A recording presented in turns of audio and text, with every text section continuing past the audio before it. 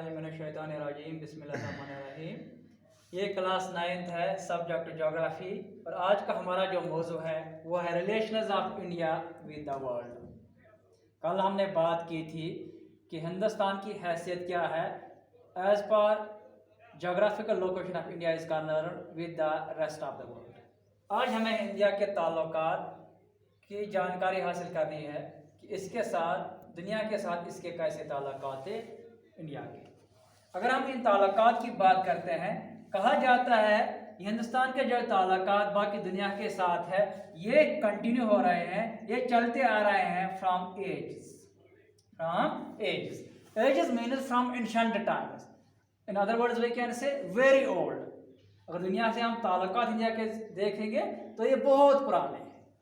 क्या कहें? बहुत पुराने हैं। लेकिन कहा जाता है ये जो कंटैक्ट्स है ये सबसे पहले लैंड रूट्स थे, लैंड रूट्स के थ्रू, यानी कि लैंड कॉन्टैक्ट्स।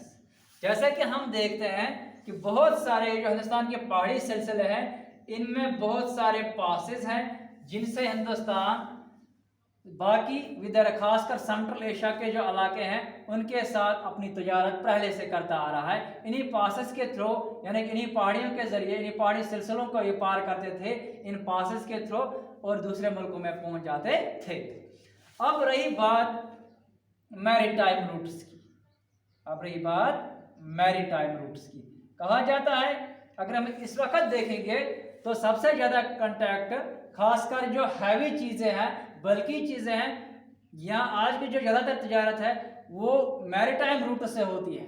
यानी कि आज मैरीटाइम मीनस समंदरी, यानी कि समंदर से ताल्लुक़ रखने वाले, रूट्स मीनस रास्ते, यानी कि समंदरी रास्ते।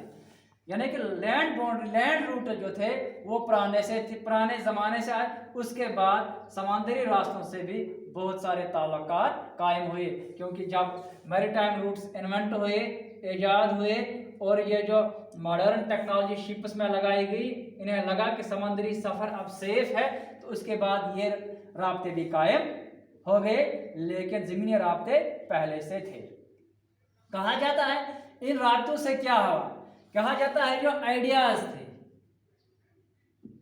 या हम कहेंगे ये जो क्या कहते हैं इकोनॉमी थी,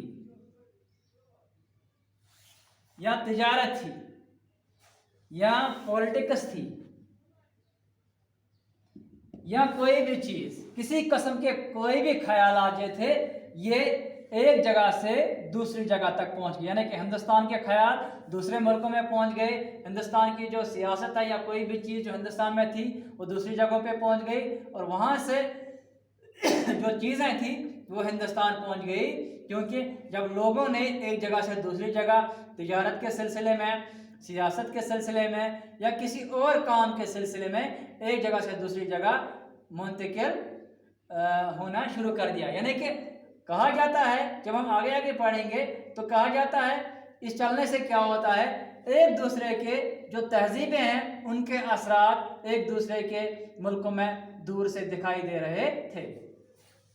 इन ख्यालात का इजहार, इन ख्यालात की निशानदेही कहाँ कहाँ होती है? कहा जाता है कि हिंदुस्तान की जो कदीम मजहबी किताबें हैं या जो स्टोरी किताबें हैं, ये दलील वाली किताबें हैं, उनमें फॉर एग्जाम्पल उपनिषद हिंदुस्तान की हिंदुओं की मजहबी किताब है, इसमें भी इन चीज़ों का जिक्र हुआ है। इससे पता चल लगता है कि हिंदुस्तान के ताल्लुकात बाकी दुनिया से बहुत पुराने हैं। यहाँ रामायण, इनमें भी इनका जिक्र किया गया है कि कौन कौन से रास्ते अपनाए गए हैं, किसके लिए, तिजारत या किसी और काम के लिए। यहाँ स्टोरीज ऑफ पंचतंत्र, तो इन सारी चीज़ों से हमें पता चलता है कि ख्यालात, चाहे ये सियासी हो, माशी हो या किसी और किस्म के, ये कैसे एक दूसरे के साथ शेयर किए गए हैं, एक दूसरे के साथ बांटे गए हैं, और एक दूसरे की तहजीबों में इनका असर भरपूर देखा गया है। फॉर एग्जाम्पल हम बात करेंगे इंडियन न्यूमरल सिस्टम की। न्यूमरल सिस्टम हम किसको कहते हैं? 1 2 3 4 इसको हम न्यूमरल सिस्टम बोले। हिंदुस्तान ने अपना एक न्यूमरल सिस्टम कायम किया था जो ब्रेस्ट ऑफ द वर्ल्ड में पहुंच गया था। क्योंकि अगर आपको पता होगा, याद होगा, हम कहते हैं कि जीरो किसने इन्वेंट किया था? आर्यभट्ट ने, वो हिंदुस्तान का ही था, और इसके बाद ये रेस्ट ऑफ द वर्ल्ड में मुंतकिल हो गया। क्योंकि जब हिंदुस्तान के लोग या आर्यभट्ट को दूसरे मुल्कों के साथ वाबस्तगी ही तभी ये तब्दील हो गया है। यहाँ कहते हैं डेसिमल सिस्टम, डेसिमल सिस्टम यानी कि आशेरिया वाले जो हमारे पास न्यूमरल्स होते हैं ये भी दूसरे मुल्कों में मुंतकिल हो गया। इसी तरह अगर हम देखेंगे तिजारत के लिहाज से कहते हैं कि स्पाइसेस ऑफ इंडिया या मुस्लिम, मुस्लिम किसको बोलते हैं? एक टर्म हुई है यूज आपकी बुक में, मुस्लिम बोलते हैं मखमल को, जो आप लोग पहनते हो, खासकर हमारे घरों में लड़कियां या औरतें बड़े शौक से पहनते हैं। स्पाइसेस, मसलिन्स या बाकी जो इंडिया के प्रोडक्ट्स थे वो दूसरे मुल्कों में पहुंच गए थे और वहाँ की जो चीज़ें थी वो हिंदुस्तान में पहुंच गई थी। इसके अलावा अगर हम एंशिएंट आर्किटेक्चर की बात करेंगे, आर्किटेक्चर की बात करेंगे तो ये आर्किटेक्चर जब हम देखते हैं, अगर हम आज भी हिंदुस्तान जाएंगे, हिंदुस्तान के जो ओल्ड मोनूमेंट्स है,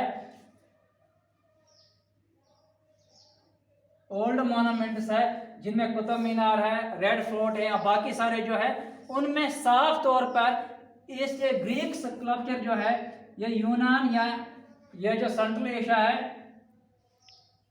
स्कल्पचर कहते हैं संगतराशी को।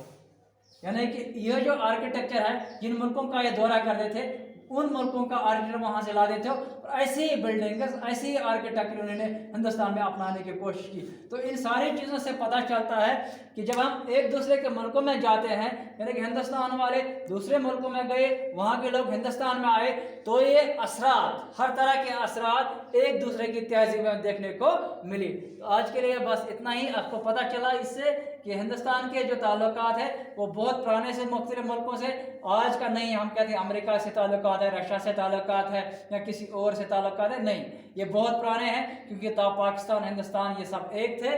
तो इसीलिए हिंदुस्तान के ताल्लुकात दुनिया से बहुत पुराने हैं। तो इन सारी चीज़ों से ये पता चलता है या इन सारी चीज़ों को देखते हैं कि ख्यालात या जो ये जो इकानमी है या सियासी है, किस तरह से एक दूसरे के साथ, एक दूसरे की तहज़ीब में इसका असर दिखाई दे रहा है। बाकी वसलाम।